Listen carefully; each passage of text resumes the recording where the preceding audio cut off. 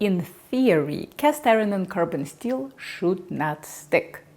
But in practice, they do, especially when they're new. The question is, what do you do with the stuff you can't wash off with a sponge? You can't pull out the big guns like steel wool or barkeeper's friend that will strip your seasoning right off. So here's what you do. Set your pan over moderately low heat and add some oil and salt. Any oil and salt will work, so choose something cheap. I'm using canola oil and table salt.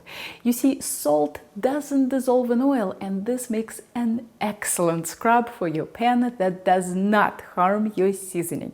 Fold up a piece of paper towel, hold it with tongs and scrub. In theory, you can use the scrub in a cold pan, but I find it more effective in a relatively hot pan, but not so hot that the oil smokes. Rinse all this mess out, dry your pan, and it should be completely smooth. This tidbit of information always gets buried in my cast iron and carbon steel videos, so I thought I'll make a separate video just about this tip.